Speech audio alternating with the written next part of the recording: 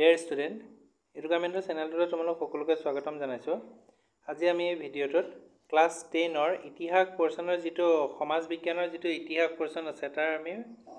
3 number লেসনটো আলোচনা কৰি আছিলো অসমত ব্ৰিটিছ বিৰোধী জাগৰণ আৰু ইয়াৰ কৃষক বিদ্ৰোহ। আজি আমি এই ভিডিঅ'টোত নামনি অসমত আমি ইয়াৰ আগৰ ভিডিঅ'খিনিত আমি আলোচনা কৰিছোই। কিন্তু আজি আমি নামনি অসমৰ কৃষক বিদ্ৰোহৰ বিষয়ে আমি আলোচনা কৰিম। তে নামনি অসমত কোন অঞ্চলত এই বিদ্ৰোহটো আৰম্ভ হৈছিল, যেটো কৃষক বিদ্ৰোহ হৈছিল, সেই কৃষক বিদ্ৰোহটো কোন অঞ্চলত হৈছিল আমি যদি চাবলৈ যাওঁ, ইয়াত দিছে যে ফুলগুৰি বিদ্ৰোহৰ পিছত ইংৰাজ চৰকাৰে কিছুমান তোমাৰ কৃষক ৰাইজৰ মাজত দুখ মোচনৰ যিটো ব্যৱস্থা আছিল সেইটো কোনো ধৰণৰ ব্যৱস্থা গ্ৰহণ নকৰিলে। সেই কাৰণে ব্ৰিটিছে কোনো ধৰণৰ ব্যৱস্থা গ্ৰহণ নকৰাৰ কাৰণে যিসকল কৃষক আছিল, কৃষকসকলে আকৌ নতুনকৈ কোনো অঞ্চলত কিছুমান বিদ্ৰোহ আৰম্ভ কৰি দিছিল। যেনেকৈ এতিয়া কৃষক বিদ্ৰোহ আৰম্ভ হৈছিল নামনি অঞ্চলত। এতিয়া নামনি অঞ্চলত কেনে ধৰণৰ আৰম্ভ হৈছিল, 1868 চনৰ পৰা যিটো 69 আৰু 68 চনৰ ভিতৰত মাটিৰ খাজানাৰ শতকৰা চৰকাৰে কি কৰিছিলে 25% পৰা 50% লৈকে বৃদ্ধি কৰিছিল। কিমান চন আছিল 1868 পৰা 1869। এইটো মনত ৰাখিবা, এইটো এমসিকিউৰ কাৰণে অতি দৰকাৰ হৈ গৈছে। এইটো এমসিকিউত আহিব যে কিমান চনত 25% পৰা 50% লৈ চৰকাৰে মাটিৰ খাজানা বৃদ্ধি কৰিছিল। তেনেধৰণৰ কোৱেশ্চন আহিব, এইটো চাবা। তাৰপিছত বৃদ্ধি কৰিছিল আৰু অসম চৰকাৰৰ যিজন চিফ কমিশনাৰ আছিল ৱাৰ্ড, তেখেতৰ চিফ কমিশনাৰজনৰ নাম হৈছে উইলিয়াম ৱাৰ্ড। এখেতে আকৌ 1892 চনত 100% খাজানা বৃদ্ধি কৰিছিল আৰু এই খাজানাটো কঠোৰ হাতেৰে সংগ্ৰহ কৰিছিল। চৰকাৰৰ পৰা, ৰাইজৰ পৰা কঠোৰ হাতেৰে সংগ্ৰহ কৰিছিল। সেই কাৰণে 1893 চনৰ ডিচেম্বৰ মাহত 19বিংশ শতিকাৰ শেষ দশকৰ পিছফালে, অৰ্থাৎ 1893, মানে এইটো 19বিংশ শতিকাটো শেষ হ'ব আৰু তেনেকুৱা অঞ্চলতে কৃষকসকলে বিদ্ৰোহ কৰিবলৈ আৰম্ভ কৰি দিছিল, যাক আসাম ৰায়ত হিচাপে আমি জানো। ঠিক আছে, আসাম ৰায়ত হিচাপে আমি সকলোৱে জানো। এতিয়া সেই বিদ্ৰোহটো হৈছিল কামৰূপ জিলাৰ ৰঙিয়াত, তাৰপিছত লাচিমাত আৰু দৰং জিলাৰ পথৰুঘাট অঞ্চলত এই আমাৰ আন্দোলনটো, কৃষক আন্দোলনটো আৰু শক্তিশালী হিচাপত গঢ়ি উঠিছিল। এতিয়া এই সিদ্ধান্ত তেখেতসকলে ৰাইজৰ মেল, আমি যিটো আলোচনা কৰিছোঁ এই ভিডিঅ'ত, যে ৰাইজৰ মেল পাতি পেলাই তেখেতসকলে ডিচিশ্যন লৈছিলে যে কোনো ধৰণৰ খাজানা, চৰকাৰে যিটো খাজানা লৈছিলে সেই খাজানাটো কোনো ধৰণৰ খাজানা চৰকাৰক নিদিয়ে, অৰ্থাৎ ন' টেক্স কেম্পেইন, তেখেতসকলে টেক্স চৰকাৰক জমা নিদিয়ে বুলিকে সিদ্ধান্ত লৈছিলে। আৰু এই ৰাইজমেলৰ যোগেদিয়ে সংগঠিত হোৱা কৃষক সিদ্ধান্তসকলৰ আৰু সম্পূৰ্ণ সমাজতে, এইটো সমগ্ৰ সমাজখনতে বিয়পাই দিছিলে, যাতে ৰাইজমেলৰ দ্বাৰা বিয়পাই দিছিলে, যাতে কোনো লোকে এই যিখিনি খাজানা আছে সেইটো নিদিয়ে। বিদ্ৰোহত ইংৰাজ শাসনৰ বিৰুদ্ধে নাছিল, কেৱল যিটো বিদ্ৰোহ আছিলে এইটো কেৱল অকল ইংৰাজ শাসনৰ বিৰুদ্ধেই নহয়, এই আন্দোলনটো মাৰোৱাৰীসকলৰ বিৰুদ্ধেও আছিলে, যিসকলে কৃষকক টকা ধাৰলৈ দি পেলাই সেই টকাখিনি যদি কৃষকে ঘূৰাই নিদিয়ে তেতিয়া মাটি বন্ধকত লৈ লয়। যিখিনি মাটি আছে সেই মাটিখিনি মাৰোৱাৰীসকলে লৈ লয়। আৰু মাৰোৱাৰীক কি নামেৰে জনা যায়, কেৱা নামেৰে জনা যায়। এইটো মনত ৰাখিবা যে কেৱা হিচাপে কাক জনা যায় বুলি এইটো এমসিকিউত আহিব পাৰে। এইটো হৈছে মাৰোৱাৰীসকলক কেৱা হিচাপে জনা যায়। এতিয়া আমি চাম যে ৰঙিয়া অঞ্চলত কেনেধৰণে বিদ্ৰোহটো আৰম্ভ হৈছিলে। ঠিক আছে, ৰঙিয়াত কেনেধৰণে বিদ্ৰোহ আৰম্ভ হৈছিলে, এইটো 1893 চনৰ 24 ডিচেম্বৰৰ দিনা ৰঙিয়াৰ বজাৰত কি হৈছিলে, লুটপাট কৰিছিলে। লুটপাটেৰে কৃষক বিদ্ৰোহৰ আৰম্ভ হয়। কৃষক বিদ্ৰোহটো কেনেকৈ আৰম্ভ হয় ৰঙিয়াত, এইটো এই কৃষক বিদ্ৰোহটো আৰম্ভ হয় লুটপাট কৰি আৰু সেই কৃষকসকলে লুটপাট কৰি পেলাই সেই আন্দোলনটো আৰম্ভ কৰি দিছিলে 30 ডিচেম্বৰৰ দিনা ৰঙিয়া আৰু তাৰ ওচৰে পাজৰে যিসকল কৃষক আছিলে সেইসকলে তামোলপুৰ ৰঙিয়া আৰু তামোলপুৰ তহচিলদাৰৰ ৰাধা নাথ বৰুৱাক কেইবাবাৰো লঘু লাঞ্ছনা কৰাৰ উপৰি ৰঙিয়া হাটৰ যিটো ঘৰ দুৱাৰ আছিলে সেইবিলাক বিধ্বস্ত কৰি লণ্ডভণ্ড কৰি মাৰোৱাৰীৰ পৰা যিটো সুদখোৰ মহাজন আছিলে তেখেতসকলে মাটি বন্ধকৰ নথি পত্ৰবিলাক কি কৰে তেখেতসকলে লৈ গুচি আহে অৰ্থাৎ এতিয়া মাটিৰ যেতিয়া এনেকুৱা আছিল যে কোনোবা এজন ব্যক্তিয়ে ধৰি লোৱা কৃষকে মহাজনৰ ওচৰত গৈ পেলাই বা সুদখোৰ যিসকল মাৰোৱাৰী আছিলে সেইসকলৰ ওচৰত গৈ পেলাই কি কৰে টকা লৈ আহে ধৰি লোৱা 10,000 টকা লৈ আহিলে 10,000 টকা লৈ অহাৰ লগে লগে সেই মাৰোৱাৰীসকলে কি কৰিব মাটিৰ খাজানা মাটিৰ কাগজ তেখেতসকলে জমা লৈ লয় আৰু সেই মাটিৰ কাগজবিলাক যে জমা লৈ লয় সময়মতে যদি ঘূৰাব নোৱাৰাৰ ফলত এই মাৰোৱাৰীসকলে কি কৰে বা তেখেতৰ যিসকল মহাজন আছে তেখেতসকলে সেই নথি পত্ৰবিলাক দি পেলাই কি কৰে সেই মাটিখিনি বন্ধকত মানে মাটিখিনি কেপচাৰ কৰি লয় কাৰ পৰা কৃষকসকলৰ পৰা আৰু সেই লুণ্ঠন কৰি লুটপাট কৰি কৃষকসকলে সেই মাটিবিলাকৰ নথি পত্ৰবিলাক কি কৰে লৈ গুচি আহে সেই মাৰোৱাৰীসকলৰ পৰা আৰু কৃষকসকলে মাৰোৱাৰীৰ উপস্থিতিতে ভূমি ৰাজহৰ যিটো বৃদ্ধি আছিলে সেই অৰিহণা যোগাইছে বুলি তেখেতসকলৰ ওপৰত এই আন্দোলনটো গঢ়ি তোলে চৰকাৰে সশস্ত্ৰ সেনা অৰ্থাৎ 30 ডিচেম্বৰৰ দিনা চৰকাৰে এই যে লুটপাটৰ যিটো ব্যৱস্থা কৰিছিলে কৃষকসকলে সেই লুটপাটৰ ব্যৱস্থাটো চৰকাৰে মানে তোমাৰ অস্ত্ৰ দি পেলাই সেনাৰ দ্বাৰা অস্ত্ৰ দি পেলাই সেই পৰিস্থিতিটো নিয়ন্ত্ৰণ কৰে আৰু পুলিচ অধীক্ষক যি SP আছিলে যে পুলিচ অধীক্ষক বুলি কৈ দিলে মানে SP সেই SP কি কৈছিলে ৰেইলি সেই SP জনৰ নাম কি আছিলে এতিয়া যদি ৰঙিয়াৰ SP জনৰ নাম যদি সোধে MCQ তেনেহ'লে সেইজন হ'ল ৰেইলি কোনো ৰেইলিয়ে কোনো কৃষক নেতাকে গ্ৰেপ্তাৰ কৰিবলৈ সাহস কৰিব পৰা নাছিল কাৰণ এনেকুৱা এটা পৰিস্থিতি কৰি দিছিলে যে কৃষকসকলে পুলিচৰ হাত দিবলৈ ভয় কৰিছিলে আৰু 1894 চনৰ 8 ডিচেম্বৰৰ দিনা পুলিচে 15জন কৃষকক ৰাইজ মেলৰ পৰা গ্ৰেপ্তাৰ কৰি লয় আৰু তেওঁলোকে যিসকল সেই মেলখনত তেওঁলোকে উপায়ুক্তক এখন কি দিব বিচাৰিছিলে কৃষকৰ যিটো দুখ দুৰ্দশা আছে সেই বিষয়ে এখন কাগজ দিব বিচাৰিছিলে সেই এখন চিঠি দিব বিচাৰিছিলে কিন্তু সেই চিঠিখন দিব পৰা নহ'লে কাৰণ সেই ৰাইজ মেলখন পাতি থাকোঁতে যিজন SP আছিলে সেই SPয়ে লেইনি বুলি যিজন SP আছিলে ৰেইলি সেই SP জনে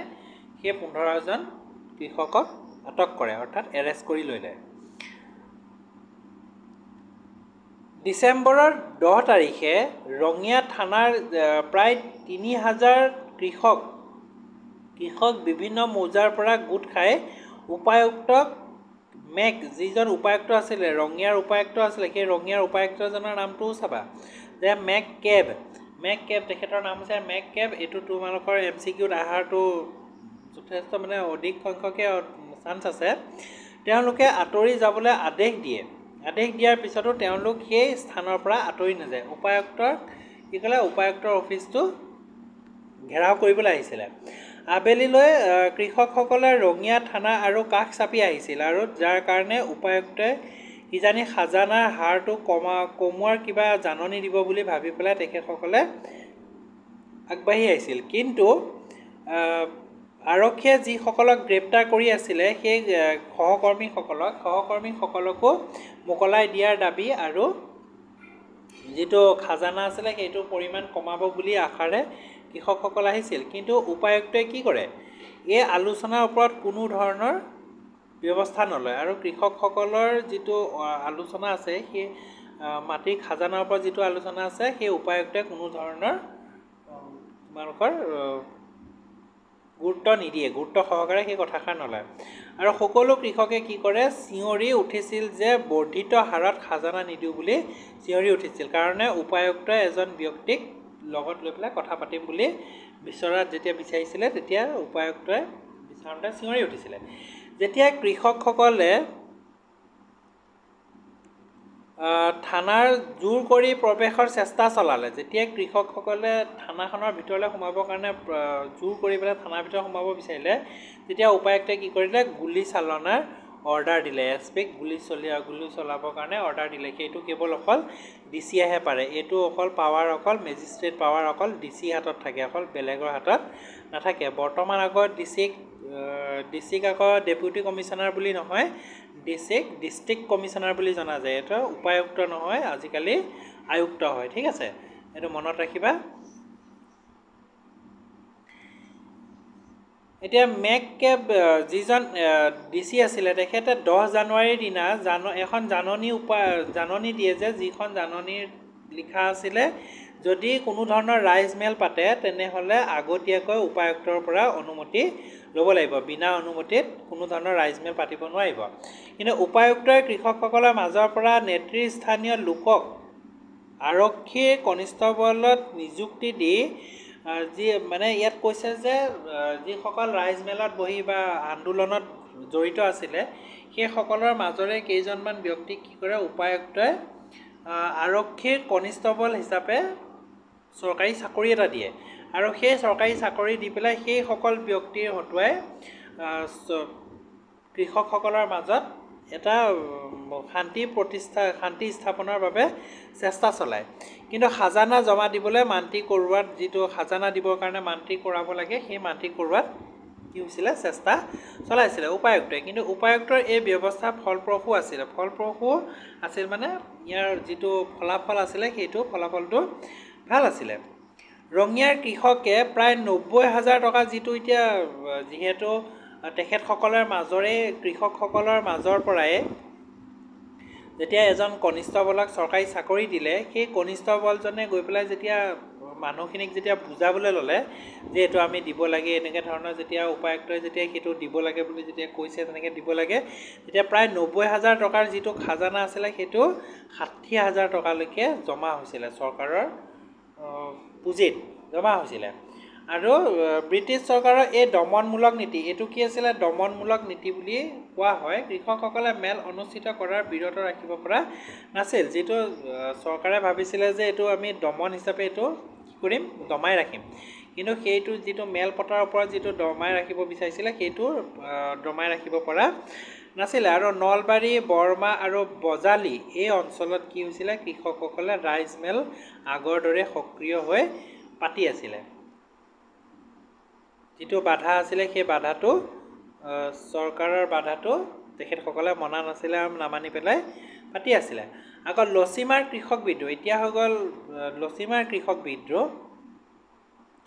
ইয়াত ব্ৰিটিছ প্ৰশাসনৰ দমনমূলক যিটো নীতি আছিলে, ৰঙিয়াৰ কৃষকসকলৰ বিদ্ৰোহৰ অন্যান্য অঞ্চললৈ বিয়পি পৰিছিলে। ৰঙিয়া অঞ্চলৰ পৰা অকল কেৱল ৰঙিয়াতে নাছিলে, ই বিভিন্ন অঞ্চললৈ, অসমৰ বিভিন্ন অঞ্চললৈ বিয়পি পৰিছিলে। আৰু বৰমাত ৰাইজমেল বৰ শক্তিশালী আছিল। আৰু তাত এই ৰাইজমেলৰ লোকসকলে কি কৰিছিলে, লাঠিয়াল বাহিনী গঠন কৰি, অৰ্থাৎ যিসকল লাঠিয়াল বাহিনী গঠন কৰি পেলাই যোগদানৰ যিটো সুবিধা আছিলে, সেইটো ডাক পিয়ন, তাৰপিছত চোৰাংচোৱা ব্যৱস্থা, এইটো তেখেতসকলে নিজে গঠন কৰি লৈছিলে। অৰ্থাৎ এতিয়া চোৰাংচোৱা গঠন কৰিছিলে, যাতে চৰকাৰৰ মাজত যদি চৰকাৰৰ ভিতৰত কি চলি আছে সেই কথাবিলাক উলিয়াবৰ কাৰণে চোৰাংচোৱাৰ ব্যৱস্থাটো তেখেতসকলে নিজে কৰি লৈছিলে। ঠিক আছে, এইটো ক'ত হৈছিলে, এইটো বৰমাৰ যিটো ৰাইজমেল আছিলে, সেই ৰাইজমেলত এই ব্যৱস্থাটো কৰা হৈছিলে। আৰু এইটো কোনে কৰিছিলে, কৃষকসকলে নিজে কৰিছিলে। আৰু বজালী অঞ্চল, লাচিমা অঞ্চল, তাৰপিছত চৌখুটি, পানাগাঁও, সৰ্থেবাৰী, পাটাচাৰকুচি, এই অঞ্চলত আকৌ হেজাৰ হেজাৰ কৃষকে ৰাইজমেলত যোগদান কৰিছিলে। যিটো ডিচিয়ে অৰ্ডাৰ দিয়াৰ পাছতো এই অঞ্চলত কি কৰিছিলে, ৰাইজমেল পাতিছিলে। আৰু এই ৰাইজমেলখন বহিছিল পানাগাঁৱৰ চাপৰিত। ঠিক আছে, এই ৰাইজমেলত আকৌ আনকি ৰঙিয়া, নলবাৰী, ধৰ্মপুৰ, বজালী আদি উত্তৰ কামৰূপৰ যিসকল কৃষক আছিলে, তেখেতসকলেও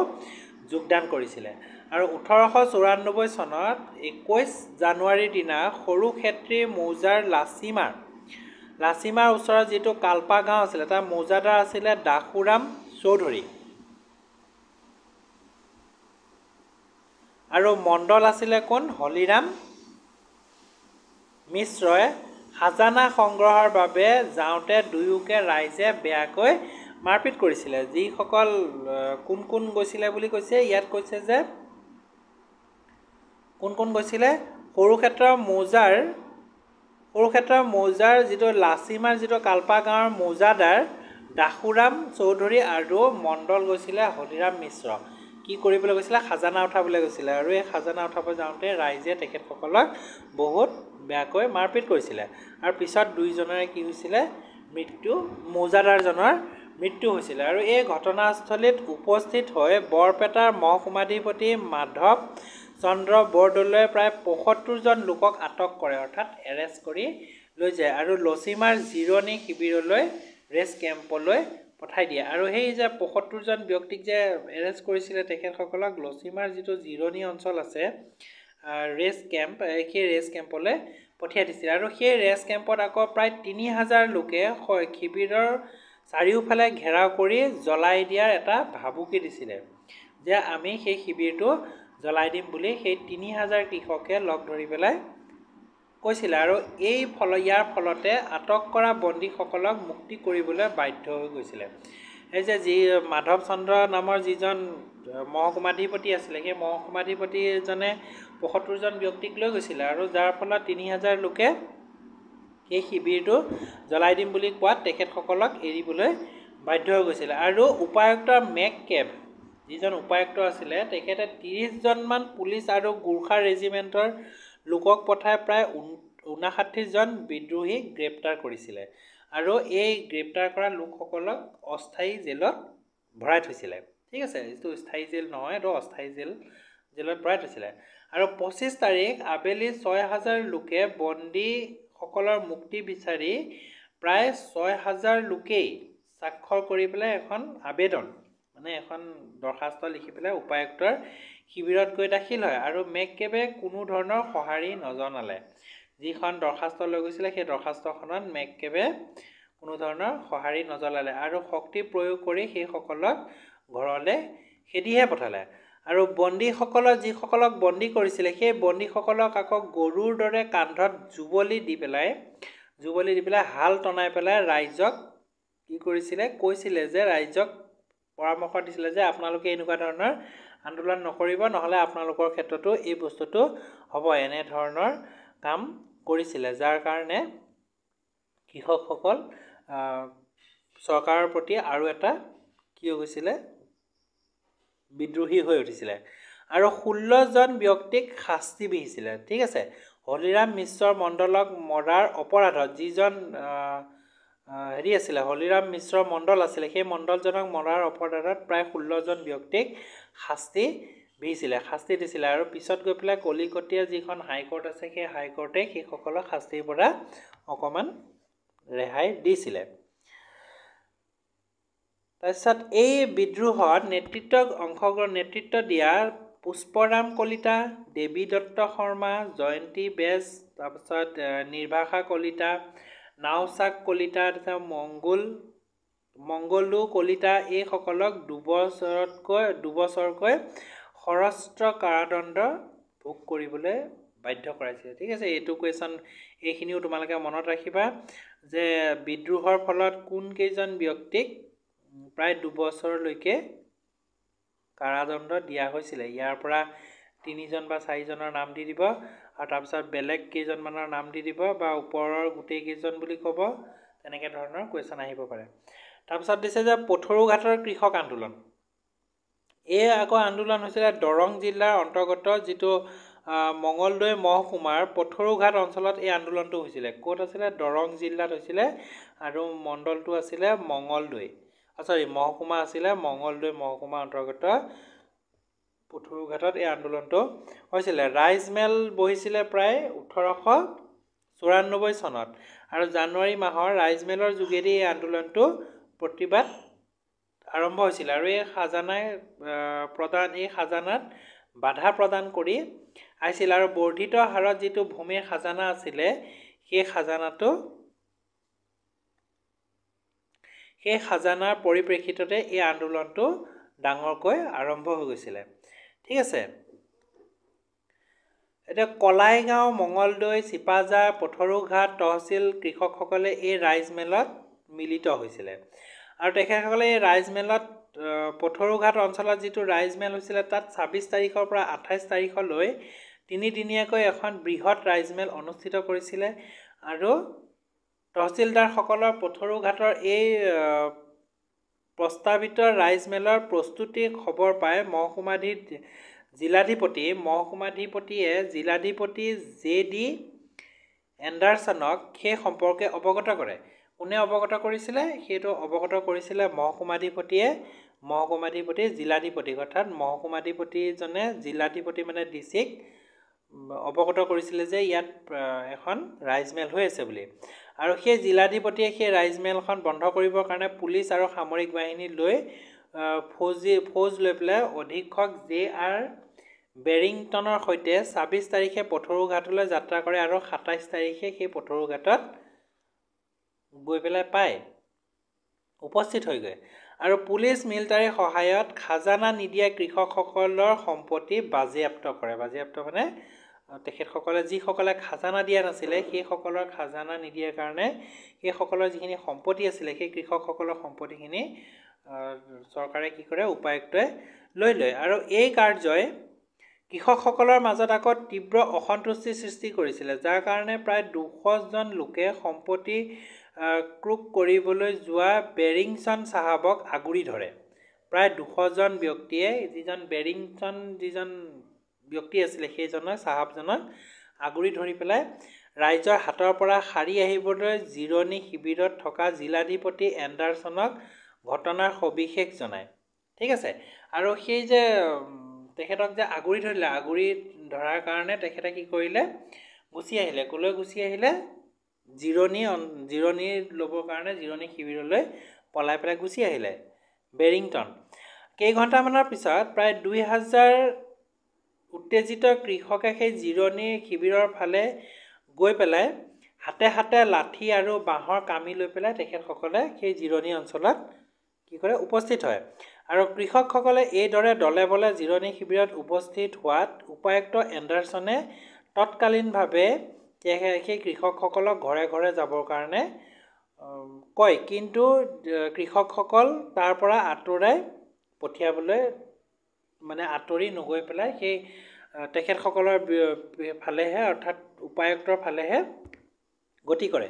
আৰু যাৰ কাৰণে ডিচিয়ে পুলিচ অধীক্ষক আছিলে তেখেতক এই মানে কঠোৰ হিচাপে তেখেতসকলক পঠিয়াবৰ কাৰণে ঘৰলৈ পঠিয়াবৰ কাৰণে নিৰ্দেশ দিয়ে কিন্তু নিৰ্দেশনা অনুযায়ী পুলিচ অধীক্ষকে কৃষকসকলক শক্তি প্ৰয়োগ কৰে যদিও খেদি পঠিয়াবৰ কাৰণে যিটো শক্তি প্ৰয়োগ কৰে যদিও সেই যিসকল কৃষক আছিলে কৃষকসকলে খঙত পুৰা লাঠি জোকাৰি আৰু যিখিনি শিলগুটি আছিলে সেই শিলগুটি দলিয়াই পেলাই এছপিৰ ফালে বা ডিচিৰ ওচৰৰ ফালে যে সেইসকল ব্যক্তিৰ ফালে অফিচাৰখিনিৰ ওচৰলৈকে তেখেতসকলে আগুৱাই আহে আৰু যাৰ ফলত দলিয়াই আৰু যিটো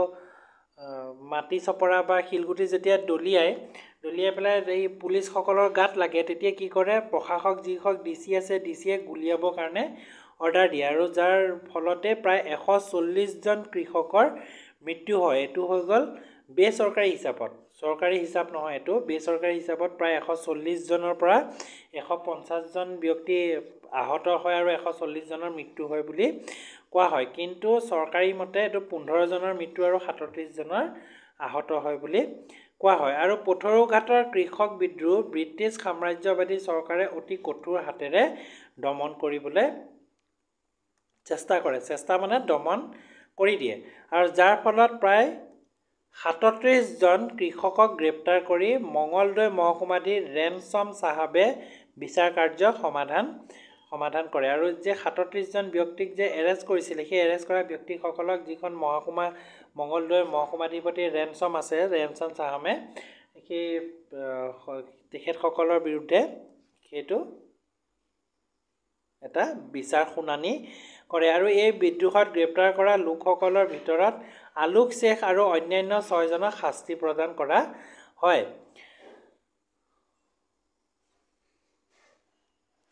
এতিয়া জনজাতিৰ যিটো আন্দোলন আছিলে, জনজাতীয় বিদ্ৰোহ আছিলে, সেই জনজাতীয় বিদ্ৰোহৰ বিষয়ে আমি বিচাৰ পঢ়িব লাগিব। এতিয়া জয়ন্তীয়া বিদ্ৰোহ, সেই এতিয়া জয়ন্তীয়াসকলেও বিদ্ৰোহ কৰিছিলে। আমি জানো যে আমাৰ অসমত বিভিন্ন জনজাতিৰ লোক আছে, যেনেকৈ এতিয়া তিৱাই হওক, তাৰপিছত ৰাভা হওক, এনেকৈ ধৰণৰ বহুতো জনজাতিৰ লোক আছে। তাৰ মাজতো এটা হ'লে জয়ন্তীয়াসকল। এই জয়ন্তীয়াসকলে আন্দোলন কৰিছিলে 1835 চনত ৰজা ৰাজেন্দ্ৰ সিঙৰ হাতৰ পৰা যেতিয়া ইংৰাজৰ হাতলৈ যায়। যেতিয়া ৰাজেন্দ্ৰ সিং ৰজা আছিলে জয়ন্তীয়াসকলৰ 1835 চনত, সেই ৰাজেন্দ্ৰ সিঙৰ পৰা ইংৰাজৰ হাতলৈ যায়, সেইটো যিটো শাসনভাৰ আছিলে সেই শাসনভাৰটো, এইটো কথা মনত ৰাখিবা যে জয়ন্তীয়াসকলৰ যিটো ৰাজ্য আছিলে, সেই ৰাজ্য কোনজন ৰজাৰ হাতৰ পৰা ইংৰাজৰ হাতলৈ যায়, আৰু এটা হৈ গ'ল যে কিমান চনত যায়। এইটো দুটা MCQ ইয়াত বনি আছে, প্ৰায় দুটা MCQ ইয়াত বনি আছে। গতিকে তোমালোকে এইটো মন দি এবাৰ পঢ়িবা কিতাপখন। ভিডিঅ'টো চোৱাৰ লগতে তোমালোকে অকল ভিডিঅ'টো চালেও নহ'ব, কিতাপখনতো এবাৰ ভালদৰে চাবা, আৰু মই পাৰিলে MCQ লৈ আহিম। ঠিক আছে। জয়ন্তীয়াসকলৰ বিক্ষোভ হৈছিলে কিহৰ কাৰণে? জয়ন্তীয়া পাহাৰত কোম্পানীৰ ৰাজ্যৰ সৈতে চামিল কৰাত সেইসকল যিসকল লোক আছিলে, জয়ন্তীয়াসকল আছিলে, তেখেতসকলে বিক্ষোভ হৈ পৰিছিলে ইংৰাজসকলৰ লগত বা কোম্পানীৰ লগত সংযোগ কৰি দিয়াসকলে কাৰণে তেখেতসকলে অকণমান অসন্তুষ্টি হৈছিলে। ব্ৰিটিছ প্ৰশাসকৰ যিটো উদ্ভণ্ডালিৰ কাৰণে চিন্তে বা জয়ন্তীয়াসকলে অসন্তুষ্টি হৈছিলে। চিন্তে আৰু জয়ন্তীয়া, এই দুটা মনত ৰাখিবা নাম দুটা। ইংৰাজ ৰাজনৈতিক প্ৰতিনিধি, পলিটিকেল এজেণ্ট বা দেৱানী বা ফৌজদাৰী ভাৰ দিয়া হৈছিল সেইসকলক। দলৈসকলক, যিসকল আকৌ দলৈ আছিলে, জয়ন্তীয়াসকলৰ দলৈ আছে, তেখেতসকলক দেৱানী বা ফৌজদাৰী এইবিলাক এনেকুৱা ধৰণৰ দায়িত্ব দিয়া হৈছিল। তাতো আৰু বিদেশী প্ৰশাসনে আকৌ সেইসকলৰ ওপৰতো যদি কিবা এটা ডিচিশ্যন লয়, সেইসকলৰ ওপৰতো আকৌ দোষ উলিয়াইছিলে, বিভিন্ন ধৰণৰ দোষবিলাক খুচৰি উলিয়াইছিলে। আৰু ব্ৰিটিছ প্ৰশাসনে জয়ন্তীয়াসকলে মুকলিকৈ সামূহিকভাৱে মাছ ধৰা, তাৰপিছত খৰি খেৰ সংগ্ৰহ কৰা, এইবিলাকৰ ওপৰত নিষেধাজ্ঞা জাৰি কৰি দিছিলে ব্ৰিটিছ চৰকাৰে। ঠিক আছে। এতিয়া জয়ন্তীয়াসকলে য'ত মাছ ধৰিবলৈ যায়, সেই মাছ ধৰা বা খৰি কাটিবলৈ যায়, সেই খৰি কটা, খেৰ কটা, সেই অঞ্চলত কি কৰিছিলে? নিষেধাজ্ঞা জাৰি কৰিছিলে। আৰু তদুপৰি জয়ন্তীয়াসকলে ধৰ্মীয় আৰু পৰম্পৰাগত যিটো অনুষ্ঠান আছিলে, সেই অনুষ্ঠান পৰ্বটো জীৱনত হস্তক্ষেপ বা পূৰ্বৰে পৰা ব্যৱহাৰ কৰি অহা অস্ত্ৰৰ ওপৰত নিষেধাজ্ঞা কৰি দিছিলে। এতিয়া ধৰি লোৱা জয়ন্তীয়াসকলৰ এটা নিৰ্দিষ্ট এটা যিটো সম্প্ৰদায়, সেইসকলৰ সম্প্ৰদায়ৰ যিটো ধৰ্মীয় পৰম্পৰা আছিলে, সেই পৰম্পৰাটো ধৰি লওক হস্তক্ষেপ, পৰম্পৰাৰ ক্ষেত্ৰত যিটো যেনেধৰণে পৰম্পৰা তেখেতসকলে পালন কৰিছিলে, সেই ক্ষেত্ৰত ব্ৰিটিছ গভৰ্ণমেণ্টে কি কৰিছিলে? হস্তক্ষেপ কৰিছিলে, আৰু যিবিলাক অস্ত্ৰ ব্যৱহাৰ কৰিছিলে, সেই অস্ত্ৰবিলাকৰ ওপৰত তেখেতসকলে নিষেধাজ্ঞা কৰিছিলে। আৰু অনুশাসনে স্বাধীন চেতিয়া পাহাৰীয়া জনজাতিৰ লোকটোক কি কৰিছে? ইংৰাজসকলে মানে বিদ্বেষী হিচাপে ব্যৱহাৰ কৰিছিলে। অৰ্থাৎ তেখেতসকলক বহুতো যিটো তেখেতসকলৰ লোক সংস্কৃতি আছে, সেই লোক সংস্কৃতিৰ ওপৰতো প্ৰভাৱ পৰিছিলে, যাৰ ফলত তেখেতসকল ব্ৰিটিছৰ বিৰুদ্ধে আন্দোলন কৰিবলৈ আগবাঢ়ি আহিছিলে। এতিয়া চৰ্দাৰ আৰু দলৈসকলৰ সৈতে গাঁৱৰ যিটো সভাত মিলিত হৈছিলে। ঠিক আছে। এই ক্ষেত্ৰত যিসকল লোক আছিলে, সেই লোকসকলে মিলিত হৈছিলে আৰু ইংৰাজৰ বিৰুদ্ধে বিদ্ৰোহৰ প্ৰস্তুতি পৰ্ব চলাইছিলে। কোনোদিনে নগদ ধন হিচাপে কৰ কাটল দি নোপোৱা জয়ন্তীয়াসকলে ব্ৰিটিছে যেতিয়া কৰ কাটল সংগ্ৰহ কৰিবলৈ ল'লে, সেই কৰ কাটল ব্ৰিটিছে যেতিয়া সংগ্ৰহ কৰিবলৈ ল'লে, তেতিয়া তেখেতসকলে দিয়াত বাধা আৰোপ কৰিছিলে। প্ৰথমতে এতিয়া ব্ৰিটিছে যেতিয়া ঘৰৰ কৰ বা প্ৰৱৰ্তন কৰাৰ সময়তে জোৱাই তহচিলদাৰজনক আঁতৰাই থৈ জয়ন্তীয়াসকলে বিদ্ৰোহৰ সূচনা কৰে। এই বাতৰি বিয়পি পৰাৰ লগে লগে জয়ন্তীপুৰ, মুলাগোল, জাফলং, চেৰা আদি অঞ্চলত বিদ্ৰোহ কি হৈ যায় আৰম্ভ হৈ যায়। কাৰ বিৰুদ্ধে? ব্ৰিটিছৰ প্ৰশাসনৰ বিৰুদ্ধে এই বিদ্ৰোহটো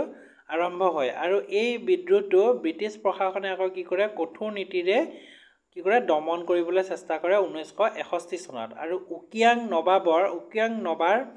নেতৃত্বত জয়ন্তীয়াসকলে ব্ৰিটিছ বিৰুদ্ধে যিটো বিদ্ৰোহ ঘোষণা কৰে, এইটো কৰিছিলে কিমান? 1861 চনত। আৰু ব্ৰিটিছ প্ৰশাসনে যিটো কঠোৰ নীতি গ্ৰহণ কৰিছিলে, সেই কঠোৰ নীতিৰ বিৰুদ্ধে 1961 চনত জয়ন্তীয়াসকলে ব্ৰিটিছৰ বিৰুদ্ধে এই বিদ্ৰোহটো ঘোষণা কৰি দিয়ে।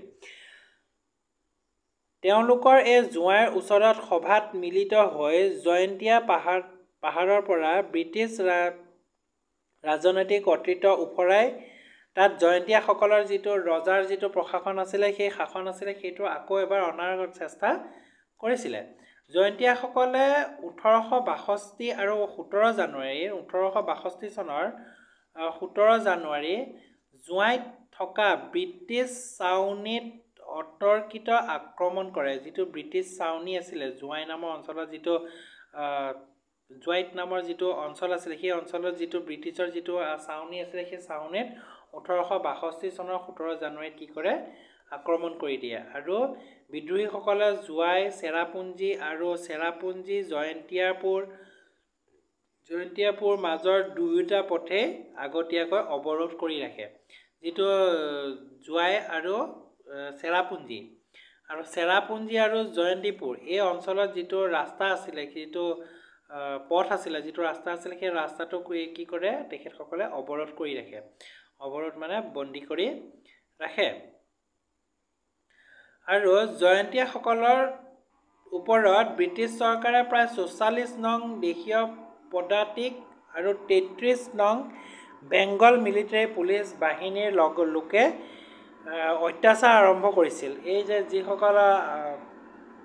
জয়ন্তীয়া আছিলে, জয়ন্তীয়াসকলে যেতিয়া পথ অৱৰোধ কৰিছিল, সেই পথ অৱৰোধ কৰাৰ বিৰুদ্ধে কি কৰিছিলে? ব্ৰিটিছ গভৰ্ণমেণ্টে 44 নং যিটো বেটেলিয়ন আছিলে বা 33 নং যিটো মিলিটাৰী পুলিচ বাহিনী আছিলে, সেই দুইটা মিলাই পেলাই কি কৰিছিলে? সেইসকলৰ ওপৰত অত্যাচাৰ আৰম্ভ কৰিবলৈ কৰি দিছিলে। আৰু বিদ্ৰোহীসকলৰ অসংখ্য লোকক হত্যা কৰিছিলে। বিদ্ৰোহীসকলেও এই যে অত্যাচাৰ কৰাৰ প্ৰতিপক্ষত কি কৰিছিলে? বিভিন্ন সেই মিলিটাৰীসকলক প্ৰায় হত্যা কৰিবলৈ আৰম্ভ কৰি দিছিলে। আৰু দুয়োপক্ষৰ মাজত যেতিয়া তীব্ৰ সংঘৰ্ষৰ অব্যাহত থকাৰ মাজতে ইংৰাজ প্ৰশাসনে ইষ্টাৰ্ণ কামাণ্ডৰ ব্ৰিগেডিয়াৰ জেনেৰেল G.D. ইয়াৰছাক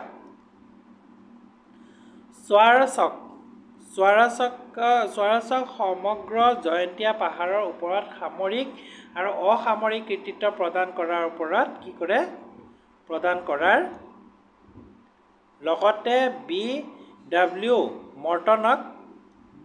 মৰ্টনক সাঁচি জয়ন্তীয়া আৰু পাহাৰৰ ডেপুটি কমিশ্যনাৰ নিয়োগ কৰি দিছিল। কি কৰিছিলে? প্ৰথম অৱস্থাত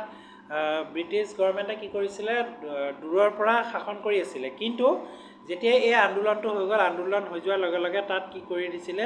ডেপুটি কমিশ্যনাৰৰ পদ এটা তাত নিয়োগ কৰি দিছিলে, যাতে সেই পদটো থকাৰ লগে লগে তাত যিকোনো এটা সিদ্ধান্ত ল'বৰ কাৰণে সেই কমিশ্যনাৰজনে ল'ব পাৰে, যিকোনো এটা সিদ্ধান্ত। ঠিক আছে। নেৰানেপেৰা যিটো চৰকাৰী আক্ৰমণ আছিলে, সেই জয়ন্তীয়া বিদ্ৰোহীসকলৰো শক্তি ক্ৰমান্বয়ে হ্ৰাস পাই আহিবলৈ ধৰিছিলে। যেতিয়া জয়ন্তীয়াসকলে চৰকাৰৰ বিৰুদ্ধে আন্দোলন কৰিলে, আকৌ চৰকাৰে যেতিয়া তেখেতসকলৰ ওপৰত অত্যাচাৰ কৰিবলৈ ল'লে, দমন কৰিবলৈ ল'লে, তেতিয়াৰ পৰাই এই জয়ন্তীয়াসকলৰ যিটো শক্তি আছিলে, সেইটো ক্ৰমান্বয়ে কমি আহিবলৈ ধৰিলে। আৰু ব্ৰিটিছ চৰকাৰৰ বিদ্ৰোহীসকলে স্বেচ্ছাই আত্মসমৰ্পণ কৰিলে সাধাৰণ ক্ষমা প্ৰদানৰ প্ৰতিশ্ৰুতি দিছিল। আৰু যেতিয়া এই জয়ন্তীয়াসকলক এটা প্ৰতিশ্ৰুতি দিছিল যে যদি তেওঁলোকে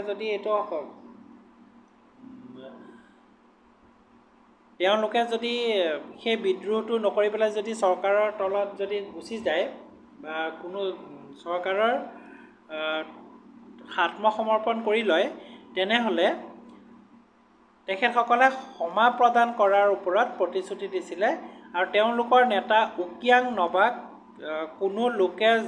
জীৱনতে ধৰি ব্ৰিটিছক গতাই দিলে 1000 টকা পুৰস্কাৰ দিয়াৰ ঘোষণা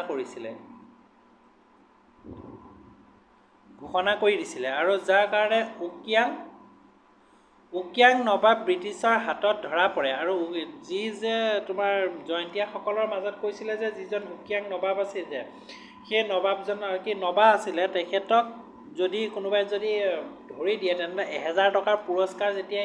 ব্ৰিটিছ গভৰ্ণমেণ্টে দি দিলে তেতিয়া লগে লগে সেই উকিয়াং নবা নামৰ সেই ব্যক্তিজনক ধৰিবলৈ সক্ষম হ'ল কাৰণ এইসকলৰ মাজৰে কোনোবা এজনে গৈ পেলাই সেই 1000 টকাৰ লোভত গৈ পেলাই ব্ৰিটিছক হয়তো খবৰটো দি দিলে যে সেই উকিয়াং নবা ক'ত আছে সেইটো দি দিয়াৰ কাৰণে তেখেতক ধৰিবলৈ সক্ষম হয় বহু লোকৰ উপস্থিতিত ব্ৰিটিছে জোৱাই ফাঁচি কাঠত ওলমায় ঠিক আছে জোৱাই নামৰ যিটো অঞ্চলত আছে তাত এই উকিয়াং নবাক কি কৰে ফাঁচি কাঠত ওলমাই দিয়ে আৰু জয়ন্তীয়া বিদ্ৰোহসকলৰ উৎসাহ ভালেখিনি হ্ৰাস পাইছিল আৰু যাৰ ফলত যিটো জয়ন্তীয়াসকলৰ যিটো বিদ্ৰোহ আছিলে সেই বিদ্ৰোহটোৰ উৎসাহটো কি হৈছিলে কমি আহিছিলে ঠিক আছে আৰু লগে লগে বহুতো লোকে আত্মসমৰ্পণৰ বাট বাছি লৈছিলে এনেদৰে 1963 চনত জয়ন্তীয়া বিদ্ৰোহৰ পৰিসমাপ্তি ঘটে এতিয়া উত্তৰ কাছাৰ যিটো বিদ্ৰোহ আছিলে সেইটো বিদ্ৰোহ কেনে ধৰণৰ আছিলে এই বিদ্ৰোহ হৈছিলে 19 শতিকাৰ শেষৰ ফালে অৰ্থাৎ প্ৰায় তোমাৰ 90 দশকৰ ওচৰে পাজৰে আৰু শম্ভুধন কছাৰী যিজন শম্ভুধন কছাৰী নামৰ লোক আছিলে তেখেতে এই নেতৃত্ব বহন কৰিছিলে ব্ৰিটিছৰ বিৰুদ্ধে যিটো আন্দোলন আছিল এই আন্দোলনত তেখেতে নেতৃত্ব বহন কৰিছিলে আৰু কেন্দ্ৰস্থল আছিলে মাইবং যিটো এই বিদ্ৰোহৰ যিটো কেন্দ্ৰস্থল আছিলে সেইটো আছিলে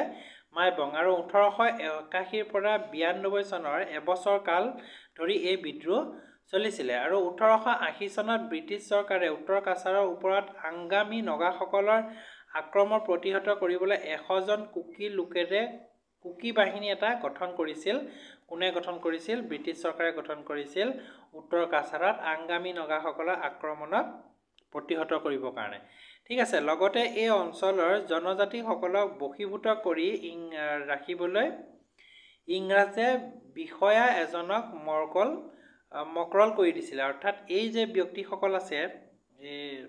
কাছাৰৰ যিসকল মাইবঙৰ বা অঞ্চলৰ যিখিনি ব্যক্তি আছে সেইসকলক সেই আন্দোলনটোক কি কৰি ৰাখিবলৈ সেইসকলক নিয়ন্ত্ৰণ কৰি ৰাখিবৰ কাৰণে তাত কি কৰি দিছিলে এটা মকৰল বান্ধি দিছিলে অৰ্থাৎ জনজাতীয় লোকসকলৰ বসতি কৰি ৰাখিবৰ কাৰণে বশীভূত অৰ্থাৎ দমন কৰি ৰাখিবৰ কাৰণে ইংৰাজ বিষয়া এজনক তাত নিযুক্তি দিছিলে আৰু এই সকলোবোৰ কাৰণে শম্ভুধন কছাৰীয়ে নেতৃত্বত বিদ্ৰোহৰ সূত্ৰপাত হৈছিল আৰু এই শম্ভুধন কছাৰী নেতৃত্বতে এই বিদ্ৰোহটো আৰম্ভ হৈছিলে ইয়াৰ কাৰণটো কি আছিলে এই যিটো তোমাৰ উত্তৰ কাছাৰ অঞ্চল আছিল অৰ্থাৎ যিটো মাইবং অঞ্চল আছিলে সেই অঞ্চলত ইংৰাজে কি কৰিছিলে এজন ইংৰাজ বিষয়াক তাত নিযুক্তি দিছিলে আৰু সেই নিযুক্তি দিয়াৰ কাৰণে যে তাত থকা মানুহসকলে অসন্তুষ্টিৰ ভাৱটো আনিছিলে আৰু যাৰ ফলত শম্ভুধন কছাৰীৰ নেতৃত্বত এই আন্দোলনটো গঢ়ি উঠিছিলে আৰু এই বিদ্ৰোহত বিদ্ৰোহীসকলে ব্ৰিটিছ চৰকাৰৰ নিৰ্মাণ কৰা ঘৰ-দুৱাৰ যিবিলাক ব্ৰিটিছ চৰকাৰে যিবিলাক ঘৰ-দুৱাৰ নিৰ্মাণ কৰিছিলে সেইবিলাক অগ্নিসংযুক্ত কৰিছিলে অৰ্থাৎ জ্বলাই দিছিলে আৰু গুণজুঙত বিদ্ৰোহীসকলে ব্ৰিটিছ বিষয়াৰ ধৃত আৰু এজন পুলিচক হত্যা কৰি দিছিলে ব্ৰিটিছ বিষয়া দুজন ব্ৰিটিছ বিষয়াৰ লগতে এজন পুলিচক হত্যা কৰিছিলে আৰু ইয়াৰ পিছত বিদ্ৰোহীসকলে মাইবঙত চৰকাৰী পক্ষক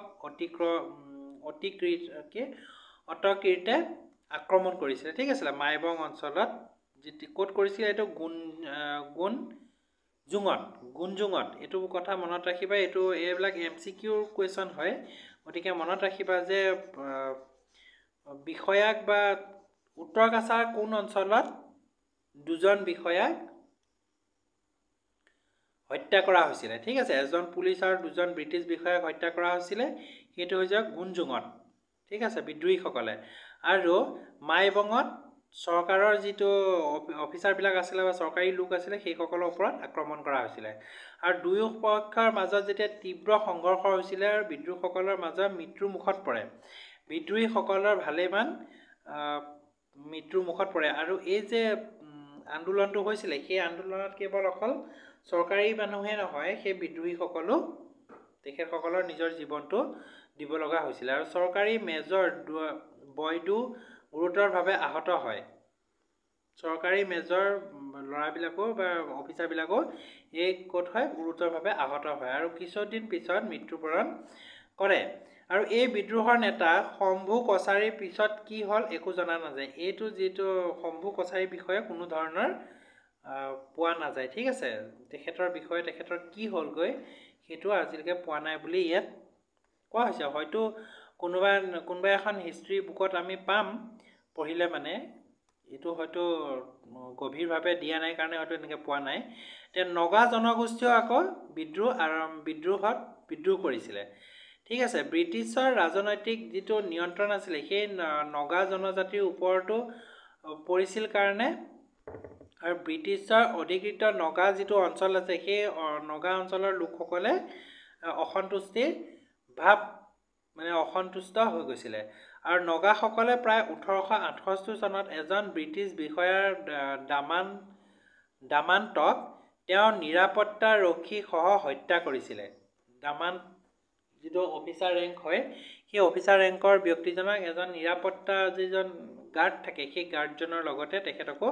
হত্যা কৰিছিলে কোনে এই নগাসকলে ঠিক আছে আৰু কহিমাও বিদ্ৰোহীসকলে ভালেমান দিন অৱৰোধ কৰি ৰাখিছিল আৰু এই কহিমা যিটো এতিয়া নাগালেণ্ডৰ ৰাজধানী হয় কি কৰে এতিয়া সেই অঞ্চলটোকো বিদ্ৰোহীসকলে কি কৰি ৰাখিছিলে অৱৰোধ কৰি ৰাখিছিলে আৰু অংগামী নগাসকলৰ বিদ্ৰোহৰ কৰ্ণেল জনষ্টনে কঠোৰভাৱে দমন কৰে আৰু এই যে নগাসকলৰ যিটো আন্দোলন আছিলে এই নগাসকলৰ আন্দোলনটো কোনে দমন কৰিছিলে কৰ্ণেল জনষ্টনে এই নগাসকলৰ এই আন্দোলনটো দমন কৰিছিলে এতিয়া মণিপুৰতো আকৌ এই বিদ্ৰোহ আকৌ অকল অসমতে নহয় মণিপুৰতো বিদ্ৰোহে আৰম্ভ হৈছিলে এতিয়া মণিপুৰৰ ৰাজ্য অসমৰ প্ৰশাসনৰ বাহিৰত আছিল যিটো মণিপুৰ আছিলে সেই মণিপুৰ অঞ্চলটো আকৌ অসমৰ প্ৰশাসনৰ বাহিৰত আছিলে ভালেমান বছৰৰ পূৰ্বৰ পৰাই মণিপুৰ ব্ৰিটিছৰ দ্বাৰা আশ্ৰিত অৰ্থাৎ আমাৰ অসমত হোৱাৰ আগতে মণিপুৰত ব্ৰিটিছ চৰকাৰে কি কৰি আছিলে শাসন কৰি আছিল আৰু স্বীকৃত দেশী ৰাজ্য ৰূপে বৰ্তি আছিল অসমৰ পৰা আগতে অসমত যদিও অসমত আছিলে অসমৰ পৰা বহু পূৰ্বৰ আগতে মণিপুৰ অসমৰ পৰা আঁতৰি গৈছিলে আৰু মণিপুৰৰ সিংহাসন লাভ হোৱাৰ বাবে 1890 চনত ৰাজ পৰিয়ালৰ সদস্যসকলৰ মাজত এক গৃহ কণ্ডলৰ সূচনা হয় এই সিংহাসন ল'বৰ কাৰণে যিটো ৰাজ পৰিয়াল আছিলে সেই ৰাজ পৰিয়ালৰ মাজত কি হয় এটা গৃহ কণ্ডল মানে পৰিয়ালটোৰ মাজতে এটা সংঘৰ্ষৰ সৃষ্টি হয় কিমান চনত এইটো 1890 চনত আৰু হৈছিল এই উত্তৰাধিকাৰীৰ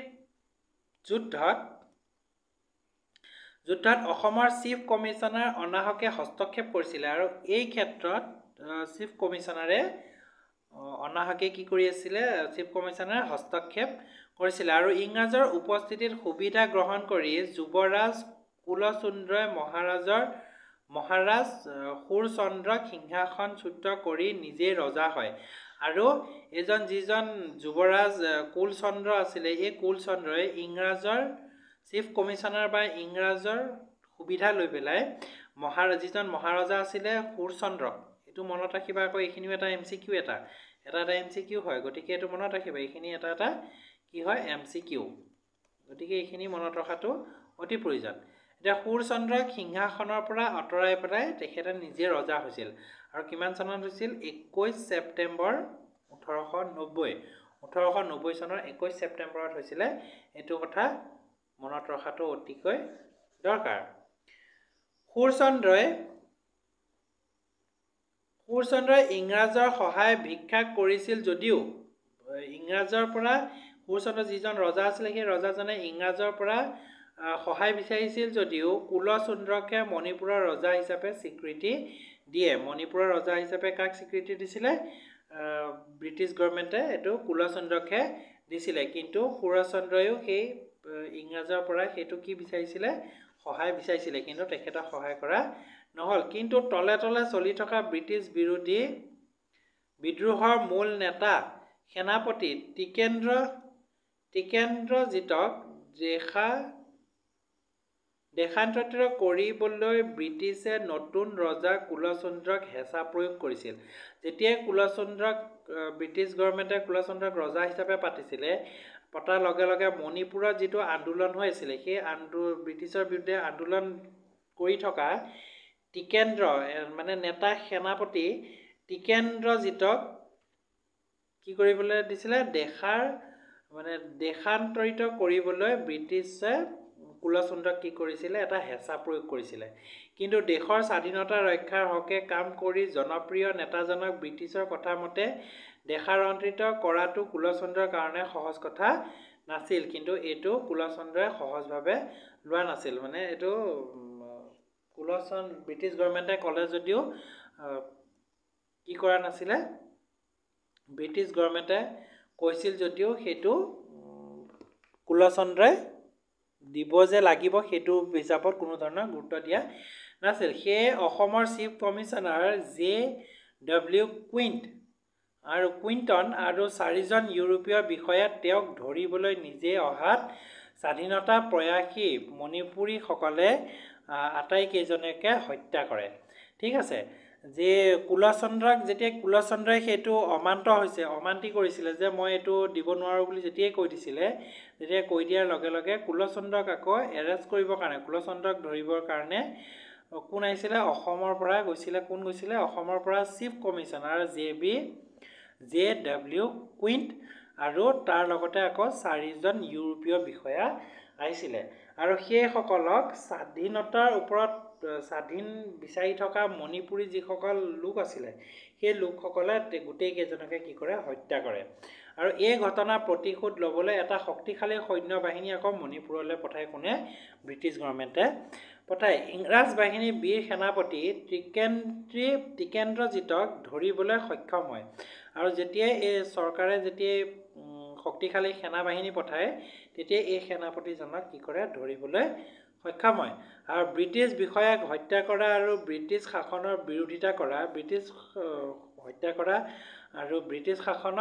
বিৰোধিতা কৰা অপৰাধত টিকেন্দ্ৰজিতক ফাঁচি দিয়া হয় এইটো কথা মনত ৰাখিবা টিকেন্দ্ৰজিত কোন বুলিকে কোৱেশ্যন আহিব পাৰে টিকেন্দ্ৰজিত কোন হয় সেনাপতি হয় কিহৰ সেনাপতি মণিপুৰৰ সেনাপতি আৰু তেখেতে স্বাধীনতাৰ বাবে আন্দোলন কৰি আছিলে আৰু ৰজা কুলচন্দ্ৰক নিৰ্বাসন দণ্ড দিয়া হয় আৰু এই মণিপুৰী কোঁৱৰ নাবালক সুৰচন্দ্ৰক ৰজা হিচাপে মনোনীত কৰে অৰ্থাৎ ৰজা বুলি কাক কোৱা হয় যিটো মণিপুৰৰ কোঁৱৰ আছিলে নাবালক আছিলে সৰু আছিলে মানে 18 বছৰ বয়সতকৈ কম আছিলে তেখেতৰ সুৰচন্দ্ৰক ৰজা হিচাপে ঘোষণা কৰে কিমান চনত ছেপ্টেম্বৰৰ 1891 চনত আৰু ব্ৰিটিছ চৰকাৰৰ প্ৰতিনিধিজনক ৰজা নাবালক হোৱা বাবে মণিপুৰৰ প্ৰশাসনিক দায়িত্ব অৰ্পণ কৰা হয় ব্ৰিটিছ চৰকাৰৰ যিজন প্ৰতিনিধি আছিলে সেইজনক ৰজাজন নাবালক হোৱাৰ কাৰণে 18 বছৰতকৈ কম হোৱাৰ কাৰণে তাত যিটো প্ৰশাসনিক দায়িত্ব আছিলে সেই প্ৰশাসনিক দায়িত্বটো ব্ৰিটিছ গভৰ্ণমেণ্টৰ হাতত দিয়া হয় আৰু মণিপুৰে প্ৰায় 2.5 লাখ টকা বিদ্ৰোহৰ ক্ষতিপূৰণ ব্ৰিটিছ চৰকাৰক দিয়া উপৰি 50,000 টকা পৰিশোধ কৰিবলৈ লগা হৈছিল আৰু এইদৰে মণিপুৰৰ যিটো আধিপত্য আছিলে এই আধিপত্যটো ইংৰাজৰ হাতলৈ সম্পূৰ্ণৰূপে যায় আশা কৰোঁ তোমালোকে ভিডিঅ'টো চাই নিশ্চয় উপকৃত হ'ব পাৰিছা যদি এডুকামেণ্টৰ চেনেলটো ছাবস্ক্ৰাইব কৰা নাই তেনে ছাবস্ক্ৰাইব কৰি ল'বা আৰু তোমালোকৰ বন্ধু বান্ধৱীসকলকো শ্বেয়াৰ কৰিবা আৰু ইয়াৰ পাছত আমি এই ভিডিঅ'টোৰ যিখিনি কুৱেশ্যন আছে কুৱেশ্যনখিনিও আমি আলোচনা কৰিম এই লেসনটোৰ ঠিক আছে ধন্যবাদ সকলোলৈকে